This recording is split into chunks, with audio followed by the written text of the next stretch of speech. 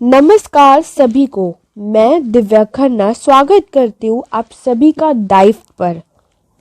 हम कर रहे थे क्लास 6 भूगोल के चैप्टर नंबर 1 को, जिसका नाम है सौर मंडल में पृथ्वी। आज की क्लास स्टार्ट करने से पहले मैं बता देती हूँ कि हमने पिछली क्लास में क्या पढ़ा था। हमने पिछली क्लास में कुछ टिमटिमाती बूंदों के बारे में पढ़ा था। कुछ ऐसी बूंदें होती है जो आसमान में टिमटिमा रही होती है। यह बूंदें समय के साथ साथ बढ़ती रहती है। अब आप देखेंगे इसमें से कुछ बूंदें टिमटिमाती और चमकती है, पर कुछ ऐसी बूंदें भी होती है जो चमकती है, टिमटिमाती नहीं है।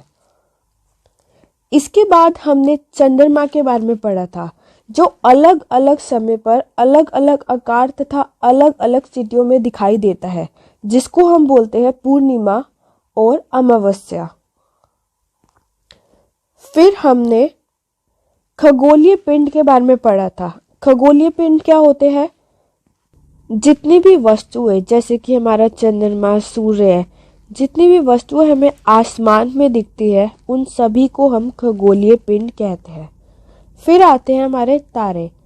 तारे क्या होते हैं? सबसे पहले तो जो तारा होता है उसमें उसकी खुद की ऊष्मा और प्रकाश होता है, जिसे वह बहुत बड़ी मात्रा में उत्सर्जित करते हैं। यह गैसेस से मिलके बने होते हैं। अब जैसे कि हम पृथ्वी पर रहते हैं, तो पृथ्वी के नजदीक तारा कौन सा है? सूर्य। अब अगर आप रात को देखेंगे आसमान में, तो आपको अलग अलग प्रकार के तारे दिखेंगे जो अपने ही समूह में होंगे। जैसे कि आप देख पा रहे हैं, ये एक समूह है तारों का। तो विभिन्न तारों के समूह द्वारा गठित विभिन्न पैटर्न को हम नक्षत्र मंडल बोलते हैं। जैसे कि 2 फेमस नक्षत्र मंडल है। पहला अर्सा मेजर, जिसको हम बिग बियर भी बोल देते हैं, और दूसरा सप्तऋषि। सप्तऋषि को हम सप्तऋषि इसलिए भी बोलते हैं क्योंकि ये 7 तारों के समूह से मिलकर बना होता है। जैसे कि 1, 2, 3, 4, 5, 6 और ये 7। तो ये तो था जो हमने पिछली क्लास में किया था। चलिए आज की क्लास को स्टार्ट करते हैं।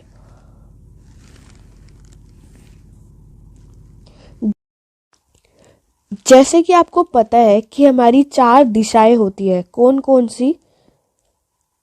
उत्तर दिशा, नॉर्थ, पश्चिम, वेस्ट, दक्षिण, साउथ, और लास्ट आती है हमारी पूर्व, जो कि होती है ईस्ट। हम इन दिशाओं का पता कैसे लगाते हैं? आजकल तो हम कंपास की हेल्प से लगा लेते हैं, लेकिन पुराने टाइम पे हमें दिशाओं का पता कैसे चलता था? तो हमें पता चलता था with the help of stars. तारों की हेल्प से हम अपनी दिशाओं का पता लगाते थे। जैसे कि हमारा एक तारा होता है ध्रुव तारा। कौन सा तारा? ध्रुव तारा। ध्रुव तारा हमें उत्तर दिशा के बारे में बताता था। ये जो ध्रुव तारा होता है ना, ये अपने स्थान पर फिक्स रहता है। और ध्रुव तारे का हमें कैसे पता चलता है? तो इसका हमें पता चलता है विद द हेल्प ऑफ सप्तऋषि। जहां सप्तऋषि खत्म होता है, समाप्त होता है, वहीं से अगर हम काल्पनिक रेखा खींचे, जैसे कि पिक्चर में गिवन है, तो इससे हमें ध्रुव तारे का पता चल जाएगा। जैसे कि ये है हमारा सप्तऋषि, और यहीं से अगर हम इसके एंड से, जहाँ ये खत्म हो रहा है, वहीं से ही अगर हम एक काल्पनिक रेखा खींचे, तो हमें पता चल जाएगा कि हमारा ध्रुव तारा कहाँ है, और इससे हमें उत्तर दिशा का भी पता चल जाएगा। आई होप ये चीज़ आपको क्लियर हो गई हो। अब जैसे कि मैंने आपको बताया हुआ है कि आसमान में कुछ चमकती हुई, कुछ टिमटिमाती हुई चीज़ें होती है जिसको हम तारे बोलते हैं। पर कुछ ऐसी चीज़ें भी होती है, कुछ ऐसी वस्तुएं भी होती है जो नहीं टिमटिमाती। आसमान में तो होती है लेकिन वो टिमटिमाती नहीं है, सिर्फ चमकती है। तो उन चमकती बूंदों को हम क्या बोलते हैं? हम बोलते हैं ग्रह, जिसको हम इंग्लिश में प्लैनेट्स भी बोलते हैं। चलिए अब हम अपने ग्रहों को देख लेते हैं। पहला आता है हमारा बुध ग्रह, जिसको हम बोलते हैं मरकरी। दूसरा आता है हमारा शुक्र ग्रह, जिसको हम बोलते हैं इंग्लिश में वीनस। तीसरा हमारा अपना ग्रह पृथ्वी। चौथा मंगल ग्रह। पांचवा बृहस्पति। छठा शनि। सातवां यूरेनस। और आखिरी ग्रह हमारा होता है नेपच्यून। ये जो सारे ग्रह है ना, ये सूर्य के आसपास चक्कर लगाते रहते हैं। यह सब सूर्य के आसपास तो चक्कर लगाते ही है, पर साथ में अपने अक्ष पर भी घूर्णन करते हैं। तो चलिए देखते हैं कि यह अपना एक चक्कर कितने दिनों में कंप्लीट करते हैं और अपने ही अक्ष का चक्कर ये कितने दिनों में कंप्लीट करते हैं। तो चलिए देख लेते हैं। बुध। अब बुध अपनी एक परिक्रमा सूरज के चारों ओर कितने दिन में पूरी करता है? 88 दिनों में। और अपने अक्ष पर घूर्णन कितने दिनों में पूरी करता है? 59। फिर आता है हमारा शुक्र। शुक्र अपनी एक परिक्रमा कितने दिन में पूरी करता है? 255 दिनों में। 255 दिनों में। और अपने अक्ष पर घूर्णन कब तक कंप्लीट करता है? 243 दिनों में। फिर आता है हमारा अपना ग्रह पृथ्वी। इसको सूर्य के चारों ओर एक परिक्रमा करने में 365 दिन लगते हैं और अपने अक्ष पे एक दिन लगता है।